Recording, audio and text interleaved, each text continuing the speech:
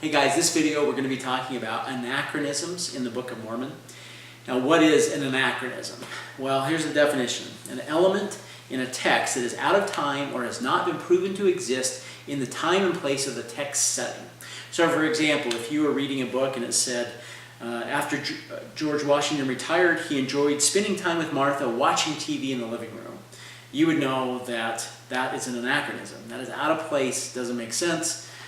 So critics have used this with the Book of Mormon and saying there's things we haven't found in the Book of Mormon from archaeology, and that therefore proves that the Book of Mormon didn't happen. It's not historical. An example from the Book of Mormon would be a steel sword. The sword of Laban was made of steel. Prior to just a few decades ago, this was considered to be an anachronism. No steel swords had been found in Israel. But several decades ago, they did find a large sword. It's actually now on display at the Jerusalem's Israel Museum, and they've got it dated back to the late 7th century BC. So there are three things that may account for anachronisms in the Book of Mormon. Number one is objects or facts not yet discovered, like this steel sword we just talked about. There is a mantra that archaeologists often will use: absence of evidence is not evidence of absence. Or in other words, just because we haven't found something doesn't mean that it didn't exist.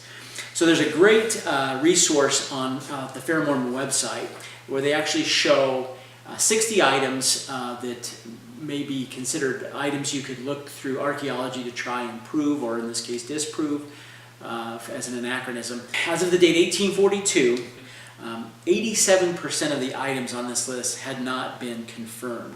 If you fast forward now to 2005, the list now stands at only 25% in the unconfirmed category.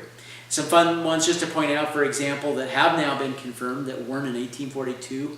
Cement, for example, highways, javelins, human sacrifice. Those are several different examples now that have been discovered. The next category that could be anachronistic are the original authors used a term in a novel way that we do not expect. This might be, for example, people from the Old World describing things they see in the New World with Old World terminology. An example of this might possibly be the horse. In the Shaken Faith Syndrome book, Michael Ash has a great chapter on anachronisms. He talks a lot about this number 2 and number 3 categories and how things could work out in those categories of things we haven't found yet, that is. So talking about the horse as an example, he says, in similar fashion, it is possible that the Nephites used the term horse for some different, yet functions like a horse kind of animal. Figurines, for example, of the pack-bearing South American alpacas, which are related to the camel, have been unearthed as far north as Costa Rica. Perhaps more importantly, the Quiche languages of Highland Guatemala have expressions like K-E-H, which means both deer and horse, and the cognative Kehe, which means mount or ride. An early pre-Spanish incense burner discovered in Guatemala shows a man riding on the back of a deer, and a stone monument dating to 700 AD shows a woman riding a deer. Until recently, many people in Siberia rode on the backs of deer. In such cases, the deer served as horses. He goes on to talk about how the Aztecs called the Spanish horses deer. That's the only term that they were familiar with to use to describe these horses that the Spaniards had. Then he says, if early Native Americans had no problem expanding their definition of deer to include horses, why could not the Nephites expand their definition of horse to include deer if the American genus of deer in some ways acted like horses? It's not only possible, but virtually mandatory, that the same phenomenon would be found in the Book of Mormon if it really derived from an ancient culture that intermingled with another foreign culture. So kind of an interesting point there. There have been some discoveries recently. People are arguing pre-Columbian horses as well. So it's some interesting points there. Number 3, the modern day translators' choices. A great example of this would be from the King James translators translating the transcripts of the Bible and looking at, for example, the Sermon on the Mount. Jesus talked about candles on candlesticks, letting your light so shine before men. Well, there weren't such things as candles in Jesus' day, or candlesticks. There were oil and lamps. That's what they used. But the King James translators thought it would be much more easier to understand for their time and culture to use those words. So very likely Joseph had the same experience and maybe used some of the terms in his culture and time that would relate to things that we would understand in our day and age. And that's how God often speaks to his people. And that may very well be the reason for some of these anachronisms as well.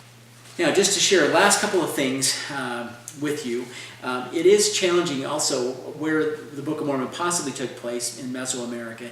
It's a very hot, humid type of climate, very acidic soil.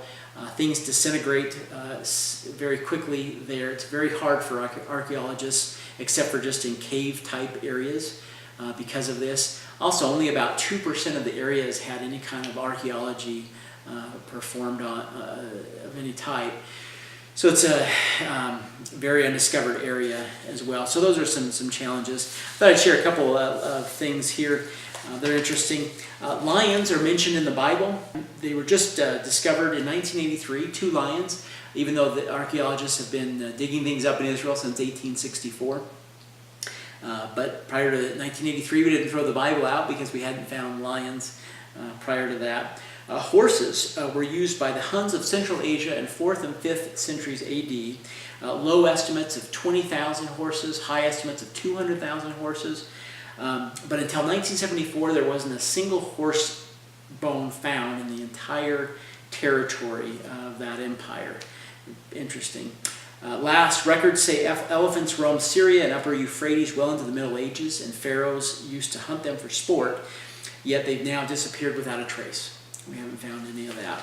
Now, with all of this, I do want to finish with a quote from President Hinckley. I've shared this before. This was in General Conference when he was an apostle in 1984.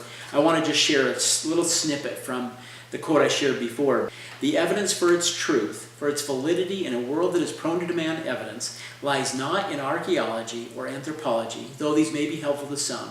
The evidence for its truth and validity lies with the covers of the book itself, within the covers of the book itself. The test of its truth lies in reading it. It is a book of God. Reasonable men may sincerely question its origin, but those who read it prayerfully have come to know by a power beyond their natural senses that it is true, that it contains the Word of God. And I sincerely do believe that that is the case. And I've had my own witness of that. Hope this video was helpful today. Subscribe for more videos.